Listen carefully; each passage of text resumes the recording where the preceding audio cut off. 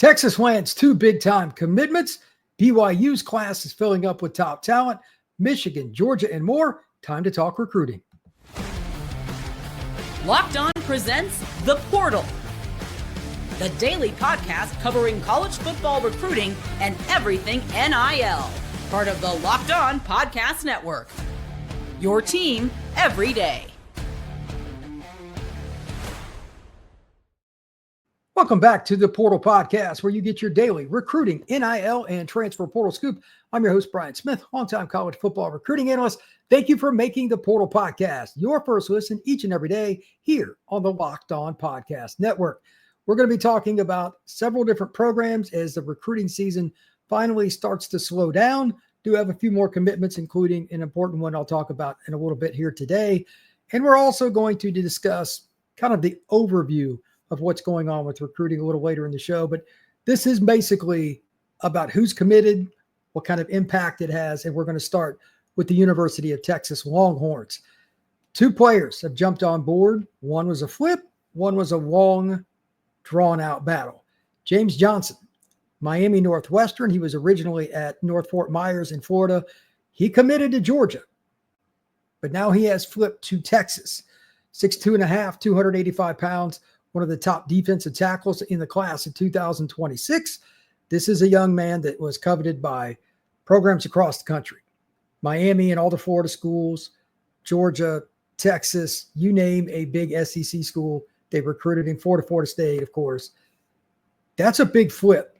Steve Sarkisian and his staff have lined up more D-line recruits than just about anybody over the last couple cycles. Georgia, not surprisingly, would be right there as well.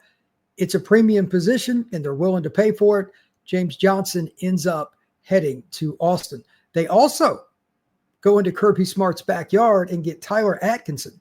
He is from Grayson High School, which is in Gwinnett County, just to the east of Atlanta. He lives roughly an hour, maybe just a little over, to the University of Georgia, and he's taking his talents to Texas as well. Atkinson is one of the top prospects in the class as well.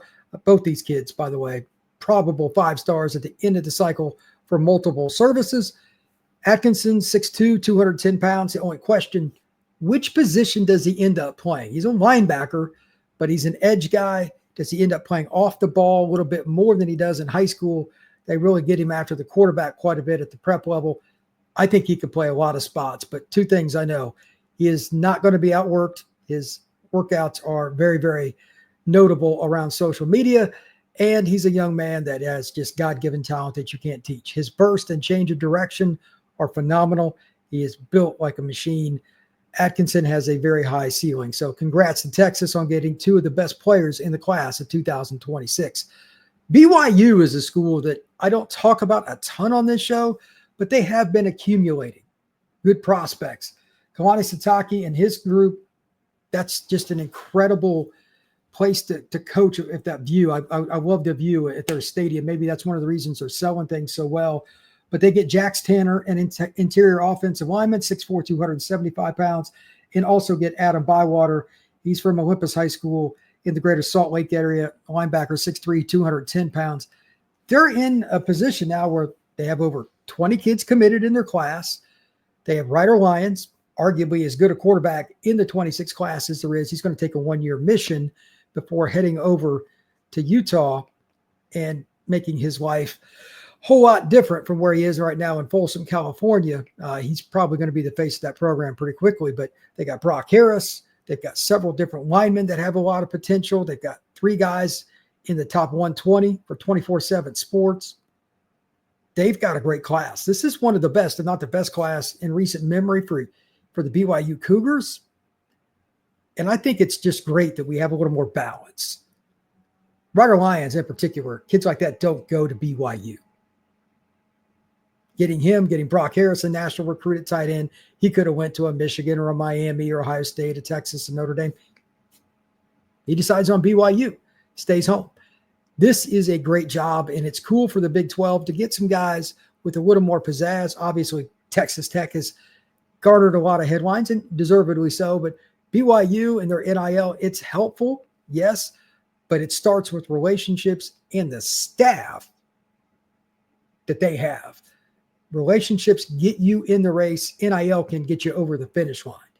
That's the key. Relationships are still probably 80% of recruiting. Kids aren't going to look at the NIL number and take it unless they feel comfortable with who they're going to be around and who is going to be teaching them. So hats off to BYU. Let's kind of run down some of the other top commitments over the last few days. Michigan gets Jordan Deck at a Lone Star High School in Frisco, Texas. He's a safety, one of the better players in the state of Texas. And it's also the fourth commitment from the Lone Star State for Sharon Moore and the Wolverines. Congrats to them. They also have a class that I think has a chance to finish in the top 10. We'll see if they can't grab a few more guys, but Carter Meadows and several other players. Michigan's class is really, really good. South Carolina, that's a program that I think probably doesn't get enough credit for some of what they've done in the last year or two. But let's also talk about why it's important for a program like South Carolina to be on the board with this commitment I'm going to talk about in a second. The difference between them and a lot of the other kids that they've gotten in the last, say, 10 years, they might have been a little bit short on overall depth and overall size up front on either side of the ball. Well, here's another one. Kamari Blair, kid out of Kirkwood High School in Clarksville, Tennessee, gives you another guy to develop. 6'5.5", 280 pounds, big offensive tackle. Getting kids like this to develop consistently year in, year out, that's going to be a big deal for them if they want to consistently be up at the top. Obviously, Lenora Sellers in that program, they've got a shot to do some things this year. But if they want to do stuff beyond the time that Sellers is on campus in Columbia, getting kids like Blair is very important. So congrats to South Carolina. North Carolina gets a flip from Jacob Weatherspoon, cornerback out of Avon, Ohio. He was committed to Ohio State. I don't know if this is a mutual parting of the ways or if he really just wanted to go to North Carolina, but congrats to North Carolina getting one of the top corners out of the Midwest. Georgia gets Nick Abrams II. He's out of the McDonough School in Maryland. National recruit. Oregon was the runner-up. That's a big-time get. 6'2", 220 pounds. Kirby Smart. They do such a great job recruiting linebackers, probably better than anybody. West Virginia, Sir Paul Cheeks. What a name. Running back, 5'9", 185 out of Verina High School in Richmond, Virginia. He can absolutely fly. He's got elite speed.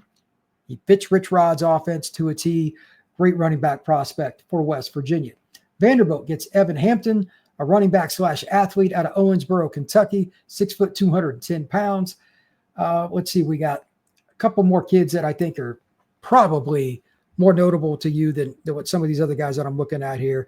Maryland gets Jaden Kitchens, wide receiver, 6'2.5", 190 pounds out of St. James in Springfield, Virginia. We also have, by the way, Sacramento State still piling up commitments. It's pretty impressive, I'm not going to lie. I'm surprised by part of it, but they are piling up some commitments. We also have Texas A&M getting Tamarian Watkins, a linebacker / athlete. This is interesting. He's out of Rock Hill Northwestern. It's a famous program in the state of South Carolina. 6'3", 6'4", right around 200 pounds. Is he going to play the overhang position? Are they going to play him at will? Is he going to be a strong safety? Is he going to end up being a middle linebacker? I don't know. But Mike Elko certainly knows defense, so that's a player to watch in College Station. Houston got Jaden Warren a few days ago. That's a really good receiver, one of the fastest players in the country, has a 10.18 100-meter. Yes, 10.18. Blake Stewart, Clemson. They pick up the talented prospect out of Woodward Academy. He's a safety in Atlanta, Georgia. And we're also going to mention one other guy here, Tulane, Braden Allen. Tulane's got a nice class. Lafayette Christian, that's a program that's really, really good in the state of Louisiana. Wide receiver, 6'1", 170 pounds, among several others on the board that have committed here recently. I just want to go through some of those. Next, I want to talk about overview for recruiting, some trends that are going on that I find interesting, and a commitment today that I just heard about that is going to take place. That is next here on the Portal Podcast.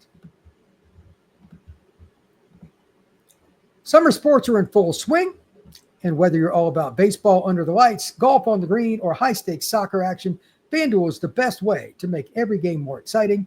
You're already following the action. Why not make it a little bit more thrilling? With FanDuel, you can get in on every game while your friends are sitting on the beach getting sunburned. With FanDuel, for me, looking at it from this time of year, there's two things. Tracking the home run race, Triple Crown possibilities, and, of course, MLB's overall records with who's in first, who's still in the playoff chase, and then you get the guys that are hot. over-unders on hits, runs, total bases, anything like that. And it is college football season.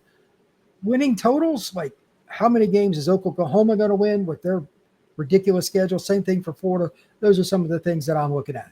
If you're new to FanDuel, new customers can get $5 for one bet and win $150 in bonus bets if you win that bet. Just visit FanDuel.com to get started. Thank you once again for making the Portal Podcast your first listen each and every day here on the Locked On Podcast Network. Please like and subscribe. We're here all year round giving you the latest recruiting news, what's going on with the portal, NIL, and much more. But let's talk a little bit more recruiting right now. Overall, the national recruiting rankings, you can look at it from a lot of different perspectives. On3/Rivals does it a little different than 24/7, but I want to give my own take on a couple of things that are going on. Number one, and I'm going to do a full show on this coming up pretty soon. It's insane how many nationally recognized programs, the blue bloods, if you will, are not really recruiting in state that much, or they've at least lessened it. Here are two examples. Michigan, they've got a really good class. They don't have a single player from inside the state of Michigan. Not one. Oklahoma, it's a class, it's a little light on numbers, but with 15 kids in the boat, they don't have a single kid from the state of Oklahoma? None. I know Ohio State has backed off recruiting in-state a little bit. Miami doesn't recruit South Florida hardly at all anymore compared to what they used to. They've got one kid from South Florida committed, and he's still taking visits. This is just wild. Like UCLA, obviously California's loaded. They got 4 kids from Florida in a short stretch. So everybody's looking at recruiting differently. So I asked all the people listening to this to answer this to yourself. And if you want to comment down below, if you're on YouTube, etc., please do. Would you prefer the school that you root for sign more local players, just in general? Obviously, you got to sign top talent overall. But would you prefer they signed local prospects? And if yes or no, whichever one it is, why? I think it's an intriguing part of the landscape. Even Kirby and Nick, they didn't recruit in-state quite as much as some other schools might have in their situation, but their states are so loaded. The kids they got are really good. Alabama and Georgia, obviously, really, really good programs. Is that the best way, though, to develop chemistry? Because Michigan in 23, Ohio State last year, what Penn State's trying to do this year, Notre Dame, etc., keeping guys on your roster, continuity is part of it. But wouldn't continuity be easier if a lot of the kids knew each other, chemistry, togetherness? It's debatable. Penn State, by the way, recruits in-state quite a bit. They're out of all the blue bloods, probably the one that does it the most. I mean, they still lose kids to Michigan, Ohio State, Clemson, Notre Dame, etc. But for the most part, James Franco and his staff do a pretty darn good job locally. But they're one of the few. Southern Cal has gone back to it. For a long time, Southern Cal really failed at keeping, especially Los Angeles prospects, the greater LA area, within a 100-mile radius of there. You don't even have to leave. Most years, there's a quarterback good enough to go to SC in the greater LA area, if not 2 or 3. And it's such a big city. Obviously, there's a lot of talent. I think it's an interesting part of the dynamic because, again, Penn State, USC probably doing it the most. Oregon, Notre Dame, those are schools that have to recruit out of state. There's not a ton in state, but they do a little bit. And then you have schools like Arizona State. They just went to the playoff. They don't have a top 10 player in the state of Arizona committed, and they've made it a focus. So there's all these different ways to look at it. It's truly interesting, but that's part of it, that recruiting business that we're in. You got to adjust to the times. And for whatever reason, most of the schools, again, Bama, Georgia, Michigan, Oklahoma, and Southern Cal just recently, like a lot of these programs didn't focus on their own backyards for whatever the reason. Is what it is. One last thing, there's a few more commitments coming up today. In particular, Wilson Zaire, I heard, is going to make a decision. He's the top offensive tackle at Raven Gap High School in Georgia. Really good football player, good kid too. I had a chance to interview him earlier this spring. Probably going to be Auburn, I think. Florida State is right there. Bama was after him hard. We'll see where he ends up. If Florida State doesn't get him, their class is short at offensive tackle. That's a spot they need to get shored up. They've improved it, but they got to get better. And if he does go to Auburn, where his older brother played as well, the Tigers would finally be back on track at offensive tackle with a 2-year run that's really good. You got to give that staff credit. They've recruited O-line a lot better over the last few years than what they had been by a long, long measurement. The only other thing that I want to add is the 20th of this month, 3 days from now, there's a lot of commitments, Derek Cooper included. Texas might get another one. They might surprise somebody else. We'll see how it goes, but a lot of commitments still to come here on the Portal Podcast, and we'll break them down. Everybody, please have a great day. We will see you again soon.